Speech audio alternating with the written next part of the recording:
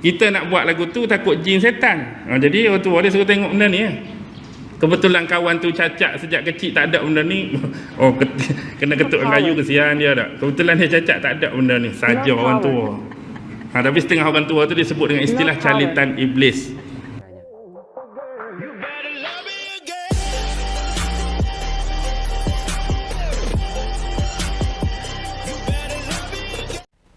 Assalamualaikum warahmatullahi ta'ala wabarakatuh. Jumpa lagi dengan saya Cak Ope dalam program Ngaji Bareng.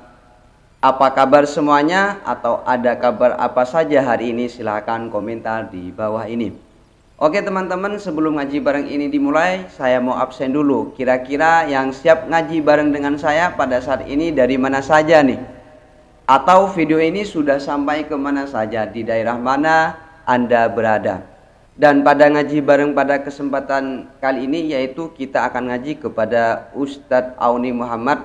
Masya Allah, mungkin teman-teman sudah banyak tahu tentang Ustadz Auni Muhammad ini.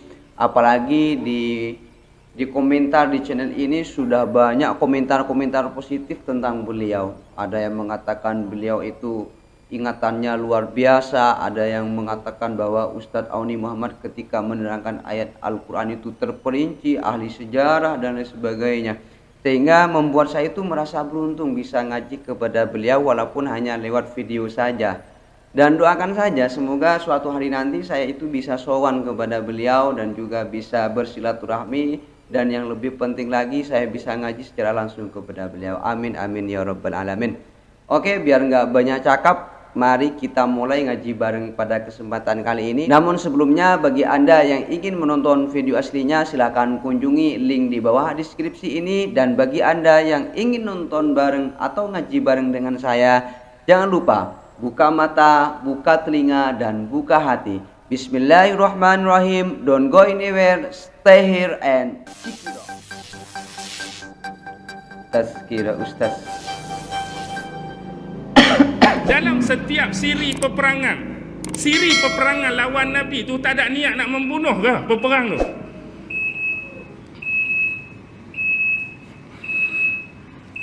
Ni suruh berhenti apa? Bukan. Bukan Ustaz. Okey. Dalam setiap siri peperangan, tuan-tuan, dalam peperangan apa pun mesti kita ada niat nak tikam lawan kita, nak tombak lawan kita, nak panah lawan kita, nak berpedang dengan lawan kita, nak berlembing dengan lawan kita, nak bunuh, nak menjatuhkan lawan kita, mencederakan lawan kita. Tak ada orang kata hang nak pergi perang. Ya, aku nak pergi perang, tapi perang ni main-main saja. Kami berlatih lawan pedang, tapi berperang lah.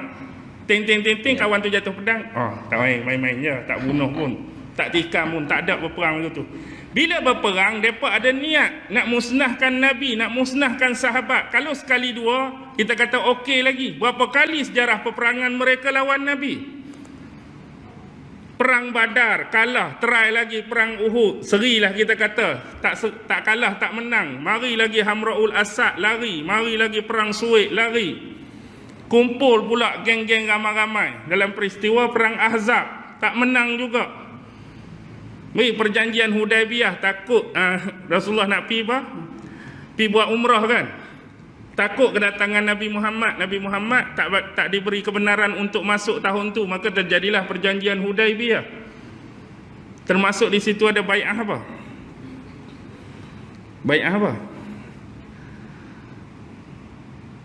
Yadullahu fawqa aydihim. Perjanjian di bawah satu pohon. Pohon apa tu? Bai'ah Ridwan. Pernah dengar kisah Bai'ah Ridwan? Okey. Kemudian ada lagi siri-siri peperangan lain sampailah kepada pembukaan kota Mekah. Last sekali tu. Lepas tu perang Hunain, perang Taif, perang Tabuk tu, lawan geng lain lah. Sebab dah dikuasai. Apa tujuan dia? Nak musnahkan Nabi. Tapi Allah jaga Nabi, Allah jaga sahabat, bersesuaian dengan tersebarnya dakwah dan risalah Islam. Dan kalau kita melihat kembali kepada ayat tadi, ada sebahagian manusia ni dia mendoakan keburukan. Kadang-kadang secara direct ataupun indirect, secara perasan ataupun tak perasan. Biasalah kadang-kadang setiap manusia dalam hidup dia ni, ketika Allah bagi kelapangan, dia hidup cara lapang. Bila Allah bagi ujian, Allah bagi musibah pada dia, mungkin dia mari depression, dia mari stres, dia mari tertekan. Jadi dalam keadaan tersebut terkeluarlah perkataan-perkataan. Perkataan-perkataan yang macam mana? Perkataan-perkataan yang kadang-kadang perkataan tu cerita bak matilah, cerita bak kehancuran lah, cerita bak kemusnahan lah, cerita bak doa yang tak elok lah. Contoh lagu mana? Contoh anak kita belajar. Kebetulan musim PKP, ajar anak. Allah, teruklah hang ni. Aku ajak hang ni, baru ingat hang ni, nak masuk hang ni tak ingat balik dah. Macam kita ajak Iqra' budak-budak, alif bata. Elok tu, alif bata. Nak masuk huruf lain, tanya esok alif bata tak tahu ke mana dah. Lepas tu keluarlah jenis benak lah, apalah, kan. Lepas tu marah, cikgu hang ajak macam mana ni? Ni kalau lagu ni bodoh sampai ketua lah hang ni. Perkataan bodoh sampai ketua tu doa tu. Sebabnya apa? Nak marah anak tak boleh belajar. Tapi perkataan-perkataan macam tu, hang ni bodoh sampai ketua, kalau mustajab Allah doa pada masa kita doa tu, Allah mustajab pada masa tu, kawan tu bodoh sampai ketua sungguh.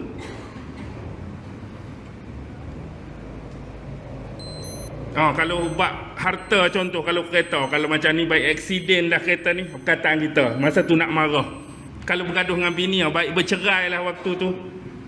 Kalau anak, baik mampus lah kita sebut.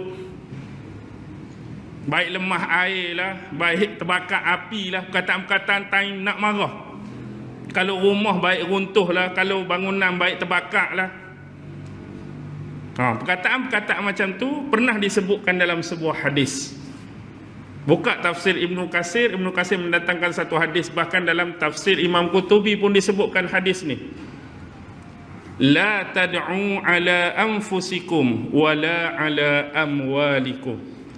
Janganlah sesekali kamu mendoakan keburukan untuk diri kamu sendiri. Jangan sesekali kamu mendoakan keburukan untuk diri kamu sendiri.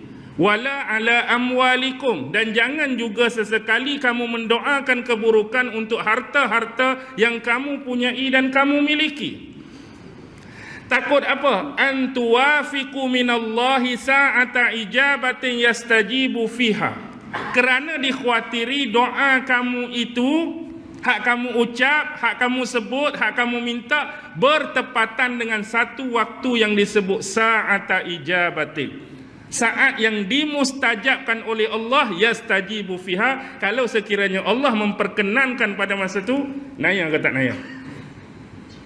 Naya ke tak naya? Mampus sampai ketua kalau mustajab masa tu. Kereta ni baik aksiden lah, baik belanggar lah, kalau mustajab masa tu. Rumah ni runtuh lah, rumah ni terbakar lah, kalau mustajab masa tu.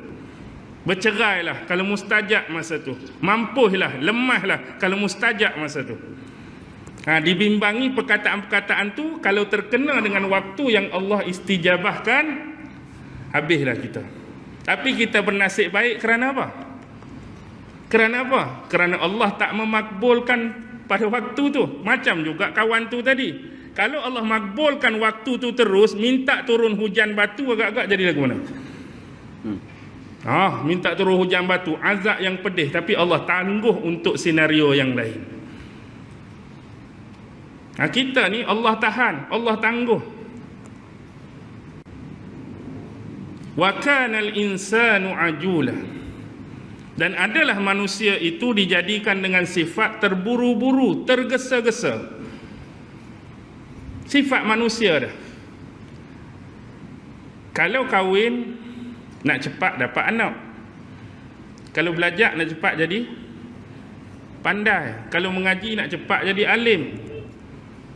Kalau berniaga, nak cepat jadi nak cepat jadi kaya. Kalau bisnes, nak cepat jadi maju. Kalau bertanding, nak cepat menang. Dia nak cepat je manusia ni. Dia tak mau sabar, dia tak mau tunggu, dia tak mau tengok, dia tak mau belajar. Dia nak cepat. Nak tu cepat ni, nak tu cepat ni, nak tu cepat ni. Tu sifat manusia. Dalam kebanyakan tafsir, bila menyebutkan ayat ni, mereka menghubungkan dengan peristiwa apa? Peristiwa kejadian awal Nabi Allah Adam alaihi salam. Nah, sebagaimana yang disebutkan dalam tafsir Ibnu Katsir, dia mendatangkan riwayat satu daripada sahabat besar Salman Al-Farisi, satu lagi sahabat dan sepupu Rasulullah yang bernama Abdullah ibnu Abbas. Tapi dalam tafsir Qurtubi dia ada satu riwayat lagi daripada Abdullah ibnu Mas'ud. Baik, berkaitan dengan penciptaan Nabi Allah Adam alaihi salam ini, Salman Al-Farisi menyebutkan sebuah asar. Asar ni disebutkan oleh Imam Ibnu Jarir At-Tabari, Imam Tabari, tafsir Tabari itu, satu lagi oleh Imam Ibnu Katsir. Asar daripada Salman Al-Farisi, yang mana Salman menyebutkan ketika Allah Subhanahu wa taala menciptakan Adam ni dalam bentuk jasad dia, ketika dimasukkan roh buat pertama kalinya. Jadi bila masuk di bahagian kepala ni, jadi Adam dapat melihat, Adam dapat bernafas, Adam dapat apa dia? Setengah riwayat sebut tentang isu bersin tak bersin tu kan. Nabi Adam bersin dengan ucapan Alhamdulillah tu. Kemudian sampai ke bahagian dada, bahagian perut, bahagian pusat, sampailah kepada sebahagian kaki, lutut tu. Dan riwayat menyebutkan sampai kepada lutut tu waktu asar. Waktu asar. Lalu Nabi Adam menyebut, "Ya Tuhanku, segerakanlah sebelum tibanya waktu malam." Maksudnya dia suruh cepat-cepat dimasukkan untuk habis sampai hujung kaki itu sebelum malam tiba. Dengan kata lain, jangan sampai sebelum maghrib tak siap lagi. Faham tak? Sampai di bawah dekat lutut tu waktu asar. Jadi disebutkan, "Ya Tuhanku, segerakanlah sebelum tibanya waktu malam." Jadi nak suruh apa segera tu? Nak suruh masuk semua lengkap sampai hujung kaki sebelum malam tiba ataupun maghrib tiba. Jadi berdasarkan asar tersebut, dikaitkan dengan ayat tadi, diciptakan manusia dalam keadaan tergesa-gesa, nak cepat-cepat. Kalau asar yang dikaitkan dengan Ibnu Abbas, yang ni disebutkan oleh Imam At-Tabari. Ketika mula-mula dimasukkan roh melalui kepala tu, Adam dapat melihat, Adam dapat menghidu, Adam bersin. Bila sampai di bahagian pusat ni, Adam nak bangun dah. Padahal lepas pusat ni banyak lagi paha, betih, kaki ni, tapi dia nak bangun dah. Jadi sifat ketergesaan tersebut menunjukkan bahawa Adam ni tergesa-gesa nak bangkit, tergesa-gesa nak bangun. Lalu dikatakan terkait dengan ayat wa kanal insanu ajula. Dan kalau kita buka tafsir Qurtubi, dia sebut satu pandangan daripada Abdullah ibnu Mas'ud. Ni sedikit berbeza daripada dua sahabat tadi. Yang ni bila dimasukkan di kepala tu, bila buka mata dia, Ibnu Mas'ud sebut, riwayat Ibnu Mas'ud, Nabi Adam dapat melihat buah-buahan syurga. Bila mata dia terbuka, dia melihat buah-buahan syurga. Bila sampai kepada bahagian perut, dia mempunyai keinginan nak makan buah-buahan syurga tu. Mata hak mula-mula tu tengok buah saja. Bila sampai bahagian perut, ada keinginan, ada nafsu nak makan buah tu. Tapi bila nak sampai dekat kaki, nak bangun dah. Nak bangun, nak pi terjah buah tu, nak pi makan buah tu. Itu menurut riwayat Ibnu Mas'ud dalam tafsir Al-Qurtubi. Yang ni juga disebutkan oleh Imam Baihaqi, tapi kaitan dia terkait dengan Al-Anbiya 37. Cuba cari Al-Anbiya 37, ayat lebih kurang sama. Khuliqal insanu min ajal. Ini wa kanal insanu ajula. Ada satu hadis daripada riwayat Imam Muslim, dalam Sahih Muslim, riwayat daripada sahabat besar Anas bin Malik. Beliau mendengar Rasulullah sallallahu alaihi wasallam bersabda, rujuk tafsir Al-Qurtubi ada hadis ni. Ketika mana Allah Subhanahu wa taala membentuk Nabi Adam di syurga. Bentuk di sini bermaksud bentuk apa? Bentuk jasad. Kalau bahasa moden kita sebut prototype. Prototype saja. Tak ada roh. Tak ada roh lagi prototype tu. Lalu Allah Subhanahu wa taala meninggalkannya mengikut kemahuan Allah sendiri. Lepas buat jasad tu, Di syurga Allah tinggalkan jasad tersebut mengikut kemahuan Allah sendiri. Lalu kemudian jasad tersebut didatangi oleh iblis. Iblis datang, kemudian iblis tawaf. Bukan tawaf tu, tawaf, duk keliling tengok apa benda makhluk, apa gerangan makhluk yang dijadikan dan diciptakan oleh Allah ni. Lalu apabila iblis melihat bahawa jasad itu berlubang, maksud berlubang, jasad tu ada rongga, telinga berongga, mata berongga, hidung berongga, pusat berongga, tempat-tempat berongga. Yakinlah iblis bahawa Allah menjadikan makhluk ini yang tidak mampu untuk menguasai dirinya sendiri. Dengan kata lain, dia jenis sifat tergesa-gesa, terburu-buru. Kalau riwayat yang lagi banyak, tak tahu ke mana pun dia sebut. Sampai tang sini kan. Calitan iblis. Dah dengar tak riwayat tu? Riwayat hak beredaran dalam kitab-kitab tu. Ni, iblis calik ni. Sampai jadi ada macam ni. Sebab tu orang tua kata, kalau jumpa budak dalam hutan ke, jumpa hantu ke, tengok sini. Kalau orang dia ada, ni tempat kalau kita beringuh kan, dia ada lurah ni. Kalau iblis setan dia tak ada benda ni. Low power. Oh, jadi sama. Pernah dengar orang tua kata Low tu? power. Orang Ya, sini, benar, kau baru dengar? Ya, benar. Low power. Sebab dulu kan, takut orang-orang menoreh getah dulu, jumpa bayi kecil ni, baby duk menangis tengah hutan. Kita nak rembat, nak pukul, takut anak orang sungguh. Kita nak buat lagu tu, takut jin setan. Jadi orang tua dia suruh tengok benda ni. Kebetulan kawan tu cacat sejak kecil, tak ada benda ni. Kena ketuk dengan kayu, kesian dia tak. Kebetulan dia cacat, tak ada benda ni. Saja orang tua. Tapi setengah orang tua tu disebut dengan istilah calitan iblis. Tapi hadis sebut macam tu je tadi. Okey. Dan ada juga yang mengatakan ayat ni turun sebab lain. Ayat ni turun dalam keadaan tergesa-gesa ni. Imam Qurtubi dia datangkan satu riwayat, satu ketika Nabi bawa seorang tawanan. Rasulullah ambil tawanan ni, dia bagi kepada salah seorang isteri dia yang bernama Sa'udah. Tengok isteri-isteri Nabi cari yang nama Sa'udah. Jadi tawanan ni Rasulullah bagi dekat dia. Dan dia ni dalam keadaan terikat. Bila Rasulullah meninggalkan Sa'udah, jadi orang yang tawanan ni dia mengadu sakit-sakit kepada Sa'udah. Jadi Sa'udah tanya, kamu sakit tang mana? Bahagian mana kamu sakit? Sebab apa sakit? Sebab kerasnya pukulan ketika dalam peperangan. Maksudnya dia kena hentam lah. Tak tahulah kat mananya. Dan kemudian lagi sakit sebab dia diikat tu. Dah lah dalam perang tu kena dah. Lepas tu kena ikat pula. Jadi kesiannya Sa'udah ni, kawan ni pergi buka ikatan tu. Bila buka ikatan tu, ditakdirkan Sa'udah ni tidur, kawan tu pun lari. Tak lari apa, nak tunggu buat apa kan? Kawan ni tidur, lari. Bila hal tu diberitakan kepada Rasulullah, sampai kepada Rasulullah, Rasulullah sebut perkataan ni pada isteri dia. Ni isteri Rasulullah ni. Qata'allahu yadaiki. Moga-moga Allah memotong tangan kamu. Sebab apa? Sebab kita kata kelalaian dan kecuaian sehingga kawan tu terlepas. Rasulullah sebut moga Allah memotong kedua tangan kamu. Dan esok pagi-pagi lagi Sa'udah ni seolah-olah bersedia dah, takut jadi apa-apa berkat doa Nabi tu. Dengan perkataan tu, aku ni nak jadi apa? Tunggulah Allah jatuhkan apa pun.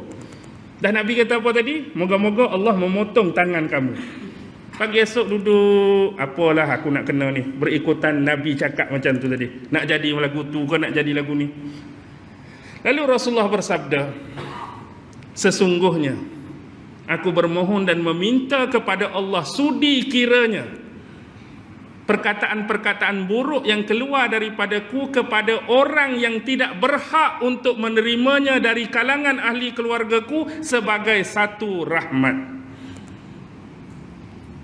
Sudi kiranya Allah menjadikan perkataan-perkataanku yang buruk yang aku keluarkan ni kepada orang yang tidak berhak, tidak layak untuk menerimanya.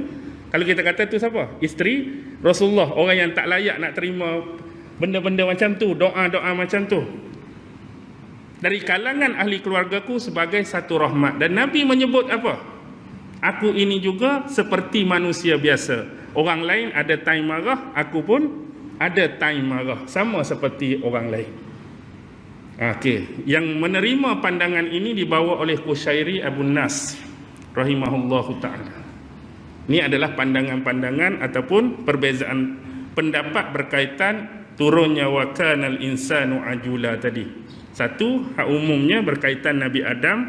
Yang kedua, Qushairi bawa cerita tentang isteri Rasulullah yang bernama Saudah dengan tawanan tadi. Okey. Orang letih lampu ni. Ngorek tu pada tu deh, nak pukul 9 dah. Boleh faham kau tu? Boleh dah. Pendek tu. Pendek-pendek pun nak jelai juga ni.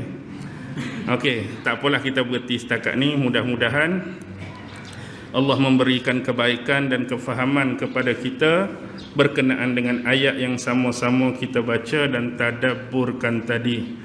Mudah-mudahan rahmat Allah sentiasa melimpah untuk kita semua dan sentiasa diberikan petunjuk dalam memahami ajaran-ajaran dan hukum-hukum serta syariat yang dikandung di dalam agama kita yang dibawa oleh Nabi Muhammad sallallahu alaihi wasallam. A'udzu billahi minasyaitonir rajim. Bismillahirrahmanirrahim. Allahumma innaka ta'lam anna hadhihi alqulub qad ijtama'at ala mahabbatik waltaqat ala ta'atik wa tawahhadat ala da'watik wa ta'ahadat ala nusrati syari'atik fawassiq Allahumma rabitataha wa adim wuddaha wahdiha subulaha wamla'ha binurika allazi la yakhbu washrah suduraha bifaidil iman bik wa jamilil tawakkuli alaik wa ahyiha bima'rifatik wa amitha ala syahadati fi sabilik innaka ni'mal maula wa ni'man nasir wa sallallahu ala sayyidina Muhammad wa ala alihi wa sahbihi wa sallim walhamdulillahi rabbil alamin. Allahu akbar. Allah. Masya Allah, itulah tadi ceramah ataupun ilmu yang sudah disampaikan oleh Ustadz Auni Muhammad, bahwasanya memang benar ya, manusia itu sifatnya tergesa-gesa, terburu-buru, pengen sukses, ingin cepat dicapai, pengen sesuatu terburu-buru, mengerjakan sesuatu tergesa-gesa, apalagi bab ibadah ya. Ketika sholat tergesa-gesa, kalau misalnya waktu mau sholatnya tergesa-gesa, waktu itu bagus sekali. Cuma ketika melaksanakan sholatnya itu tergesa-gesa, itulah manusia. Saya juga seperti itu teman-teman. Maka dari itu ketika manusia itu sifatnya selalu terburu-buru, pengen cepat tercapai, maka kesuksesan itu sulit kita dapatkan. Karena kenapa?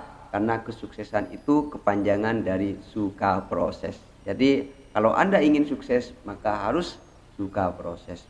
Dan mungkin teman-teman juga ada banyak keterangan-keterangan lain yang sudah teman-teman ingat, silahkan komentar di bawah ini. Mungkin ada yang saya lupa dari beberapa keterangan-keterangan Ustadz Auni Muhammad tadi, sehingga ketika teman-teman itu juga memberikan kesimpulan di dalam komentar, saya juga ingat. Masya Allah, kita berbagi hal yang baik untuk bekal kita di akhirat nanti. Amin amin ya rabbal alamin. Saya kira ngaji bareng pada kesempatan kali ini saya cukupkan. Mohon maaf apabila ada kesalahan. Ihdinas siratal mustaqim. Assalamualaikum warahmatullahi taala wabarakatuh.